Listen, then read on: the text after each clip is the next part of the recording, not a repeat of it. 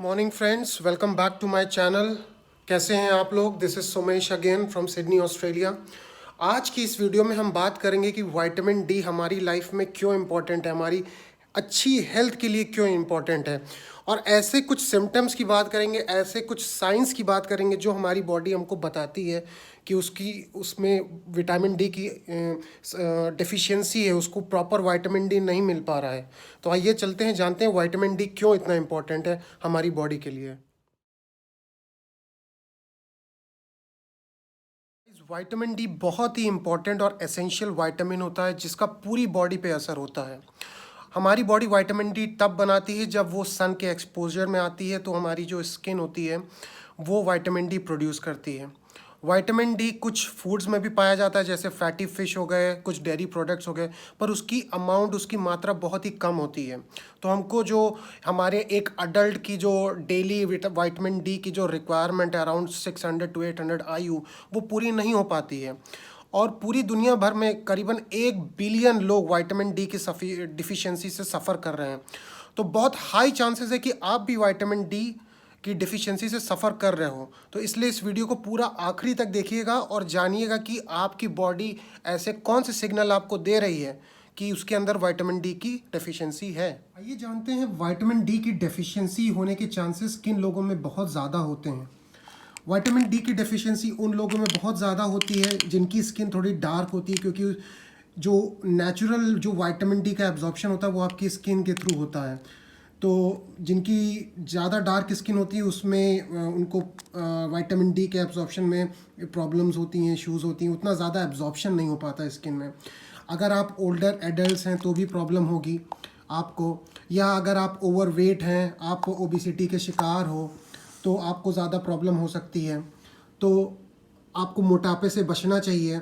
अगर आप हमेशा इंडोर रहते हो, बाहर सन में नहीं निकलते हो, तो भी आपकी बॉडी विटामिन डी को प्रोड्यूस नहीं कर पाएगी। अगर आपको कोई किडनी डिजीज़ है, लिवर डिजीज़ की प्रॉब्लम्स हैं, या आपको ऐसी कोई डिजीज़ है जिसमें न्यूट्रिएंट एब्जॉर्प्शन की प्रॉब्लम होती है, जैसे क्रोन्स डिजीज़ हो गई, सेलिएक डिजीज़ हो गई, और अगर आपकी अभी रिसेंटली गैस्ट्रिक बाईपास सर्जरी हुई है तो भी आपको प्रॉब्लम्स आ सकती है, या आप ऐसी जगह पर रहते हो, ऐसी ज्योग्राफी में रहते हो, ऐसी कंट्री में रहते हो जहाँ पे सन पूरे साल भर नहीं निकलता, तो भी आपको विटामिन डी की डेफिशिएंसी हो सकती है।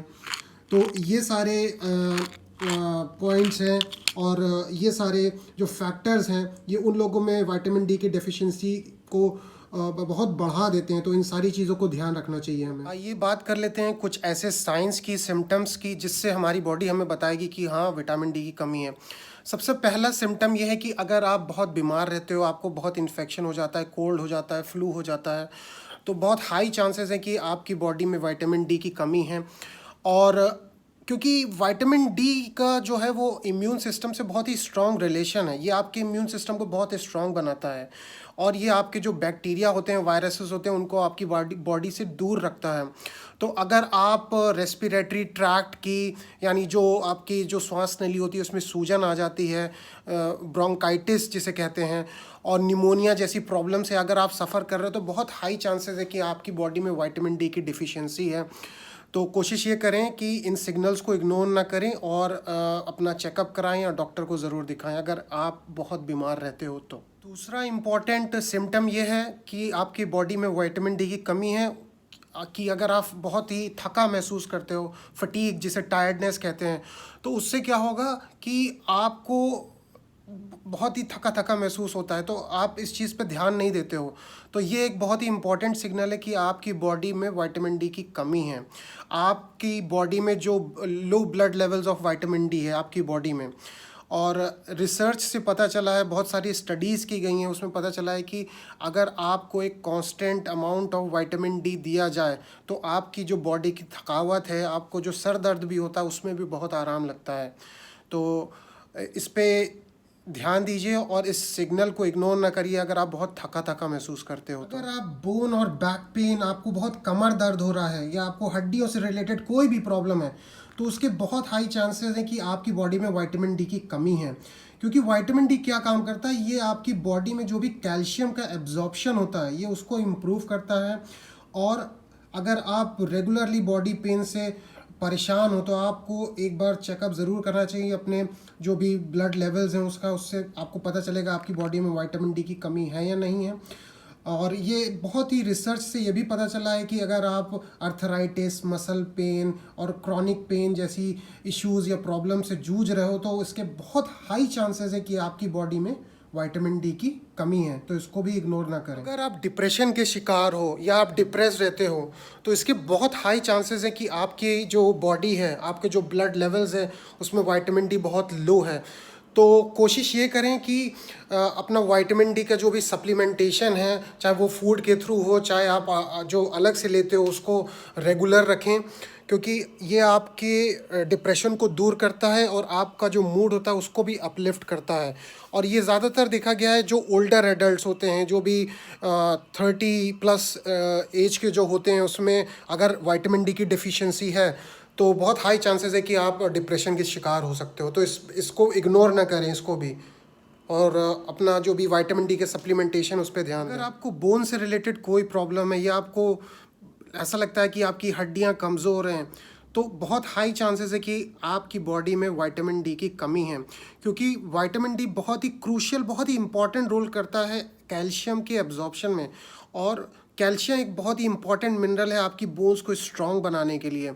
तो अगर आप थोड़े से ओल्डर एडल्ट हैं, ख़ास तौर पे जो औरतें हैं, अगर आपको लग रहा है कि आपकी बोन्स में कोई प्रॉब्लम है, कुछ इश्यूज़ हैं, तो बहुत हाई चांसेस हैं। और अगर इसकी कमी बनी रही तो बहुत हाई चांसेस है कि आप फ्रैक्चर भी हो सकता है, और भी जो भी प्रॉब्लम्स होती हैं वो भी आप फेस कर सकते हो।